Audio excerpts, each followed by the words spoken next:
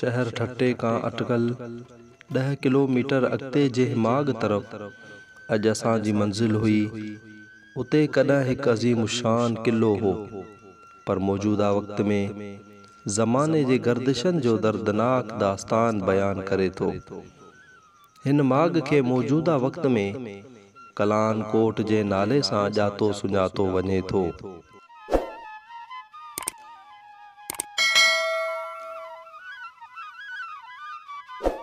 हिन माग ते पहुचण सां हर तरफ़ पखड़ियल पुराणनि इमारतनि जा बाक़ियात, सिरूं ऐं पत्थर ऐं हिकु क़दीम मस्जिद पंहिंजी शानदार माज़ी जो पतो ॿुधाइनि थियूं। ही शहर हिकु वॾे ऐं मज़बूत किले अंदर हो, जंहिंजा निशान अॼु बि मौजूद आहिनि। मुहक़िक़ लिखनि था त सिंध में रनी कोट खां पोइ ॿिए नंबर ते वॾे में वॾो किलो हो। ही किलो क़दीम ज़माने खां हिते मौजूद सम्झो वेंदो हो, पर ही किलो केतिरो क़दीम आहे, हिन मुतालिक़ तारीख़दान का बि हिकु राय क़ाइमु करे न सघिया आहिनि। के तारीख़दान हिन किले खे सिकंदर आज़म जे दौर सां मिलाइनि था।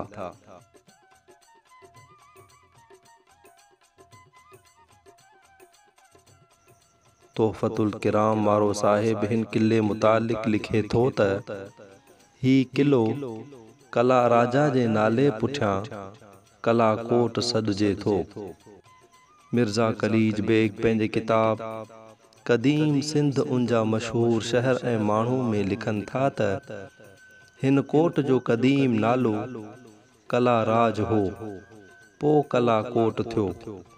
मिर्ज़ा कलीज बेग हिन खे कल्याण कोट बि सॾियो आहे, जंहिंजी माना आहे अमुन ऐं राहत वारो कोट। काके भीरूमल मेहरचंद अडवाणी बि हिन खे कल्याण कोट सॾियो आहे। कुझु रिवायतनि मुताबिक़ कलान कोट कलान देवी सां मंसूब आहे, जंहिंजे मंदर जा निशान अॼु बि किले जे हिकु भित जे पासे खां मौजूद आहिनि। जनाब एजाज़ुल हक़ कुदसी पंहिंजे किताब तारीख़ सिंध में लिखनि था त सूमरनि कुझु अरसे लाइ हिन कोट खे पंहिंजो गादी जो हंधु बणायो। समन जे दौर में जाम तुग़लक हिन कोट जे कुझु इमारतनि खे नए सिरे सां तामीर करायो ऐं कुझु वधीक माण्हू आबाद कराया। जंहिं खां पोइ हिन कोट खे तुग़लक आबाद पिणु सॾियो वेंदो हो। हिन कोट खे तुग़रल आबाद पिणु सॾियो वेंदो हो। हिन मुतालिक़ रिवायत आहे त मुग़ल दौर जे हिकु अमीर तुग़रल हिन कोट जी सार संभाल लहण सां गॾोगॾु मरम्मत बि कराई हुई। मीर अली शेर काने पंहिंजे किताब मकली नामा में हिन खे तुग़रल आबाद सॾियो आहे। केतिरा ई मुहक़िक़ हिन कोट खे सिकंदर आज़म सां मंसूब कनि था। संदुन चवणु आहे त ही कोट सिकंदर आज़म जे सिपह सालार तामीर करायो हो। रिचर्ड बर्टन हिन कोट मुतालिक़ मक़ामी माण्हुनि जी रिवायत बयान कई आहे त मक़ामी माण्हू हिन कोट खे सिकंदर आज़म जे पड़ाव जो हंधु सम्झनि था।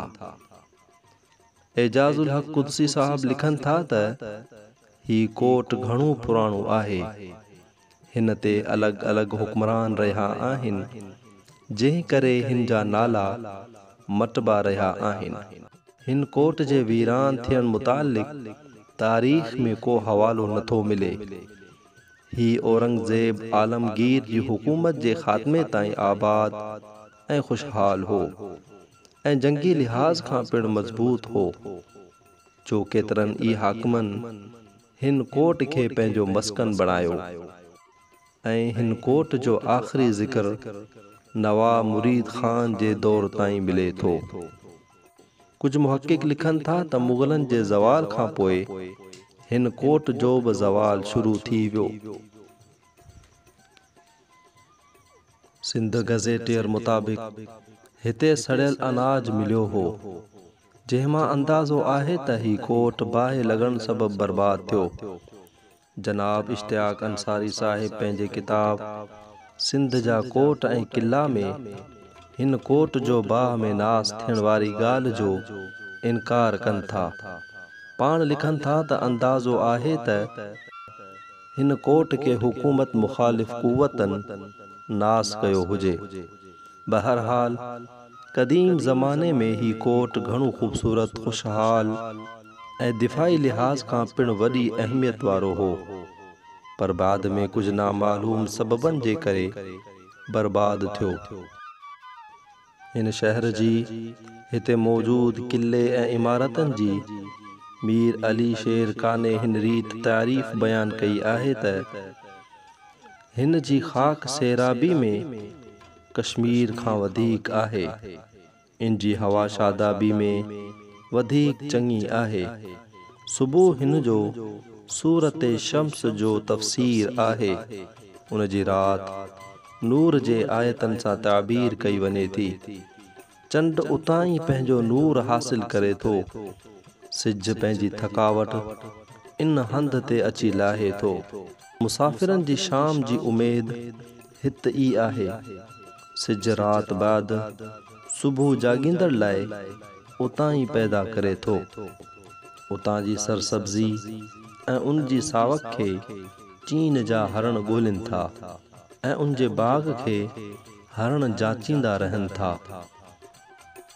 मीर अली शेर काने कलान कोट जी ही तारीफ़ उन जे बर्बाद थियण खां पोइ लिखी आहे। पाण लिखे थो त जेतोणीकि हाणे काफ़ी ॾींहं खां आबाद न आहे, पर बारिश जे वक़्तु माण्हुनि जूं टोलियूं उन तरफ़ रुख़ कनि थियूं। उन जूं क़दीम बणायल इमारतूं नूर वसाइनि थियूं। उन किले जूं टुटल फिटल दीवारूं नूर जो सरचश्मो आहिनि।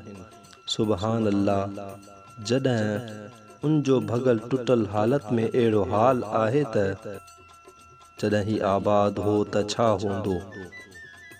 कंहिं बि वक़्तु कोई बि हिन में पेर विझे थो त पहिरियां ई पंहिंजे अकुल खे ॿाहिरि छॾे अचे थो। मोहतरम इश्तियाक अंसारी साहिब पंहिंजे किताब सिंध जा कोट ऐं किला में लिखनि था त जहिड़ी रीत मीर अली शेर काने हिन कोट जी तारीफ़ बयान कई आहे, अहिड़ी तारीफ़ सिंध जे ॿिए कंहिं बि कोट ऐं किले खे नसीब कोन थी आहे। बहरहाल मौजूदा वक़्त में जॾहिं हिन कोट जो तफ़सीली जाइज़ो वठिजे थो त क़दीम इमारतनि ऐं ॿाहिरें किले जा आसार सिर्फ़ सिरनि जे ढेर जी सूरत में मिलनि था।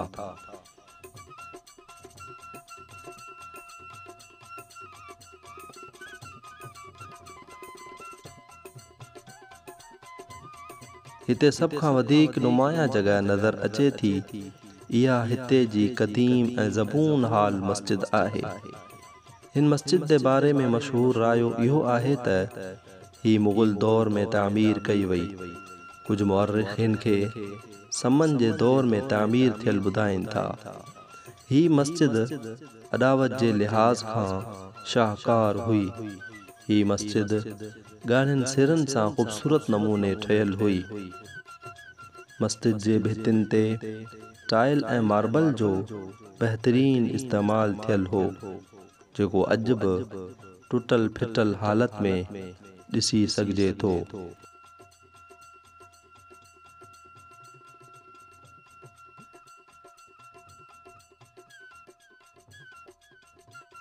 हिन मस्जिद जे साम्हूं नंढड़ो महराब आहे, जंहिंजे पासनि खां पत्थर जो क़दीम मिंबर पिणु मौजूद आहे, जिन ते ख़ूबसूरत नक्शो निगार पिणु उकरियल आहिनि।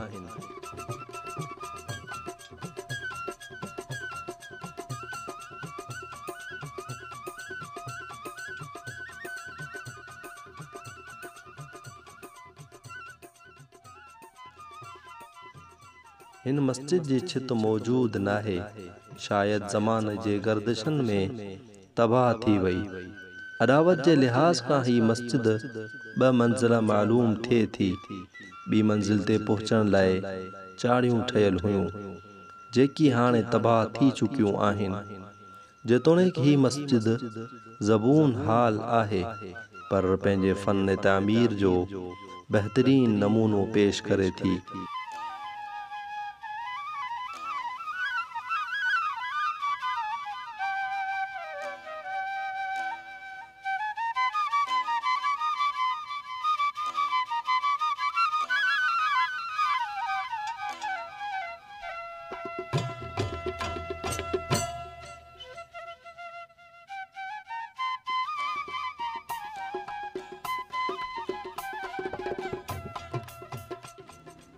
वेझड़ाई में नाले मातिर हिन मस्जिद जी मरम्मत कई वई आहे।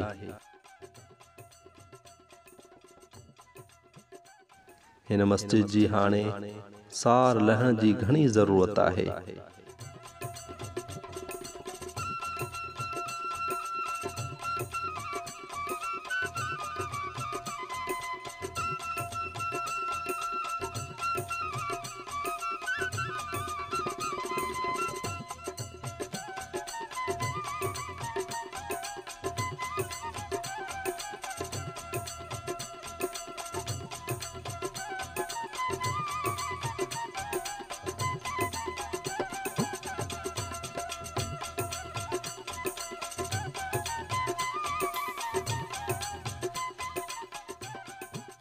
हिन मस्जिद अॻियां क़दीम वॾो तलाब पिणु मौजूद आहे जंहिंखे क़दीम ज़माने में हथरादू ऐं कुदरती ज़रियनि सां भरियो वेंदो हो।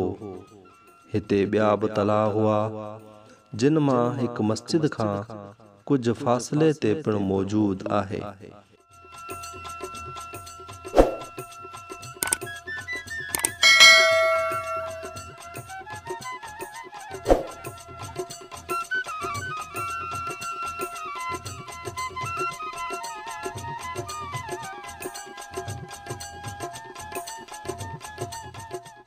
मस्जिद जे साम्हूं क़दीम ढंढ पिणु आहे जंहिंखे कलान ढंढ सॼो वञे थो।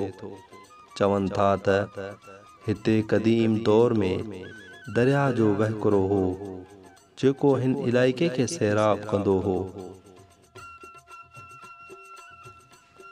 किले जे भितियुनि जो पासो वठी कुदरती खाईनि मां हिकु मुश्किल गुज़ार रस्तो वठी अॻिते वधिजे थो त हिकु क़दीम मंदर जा आसार मिलनि था।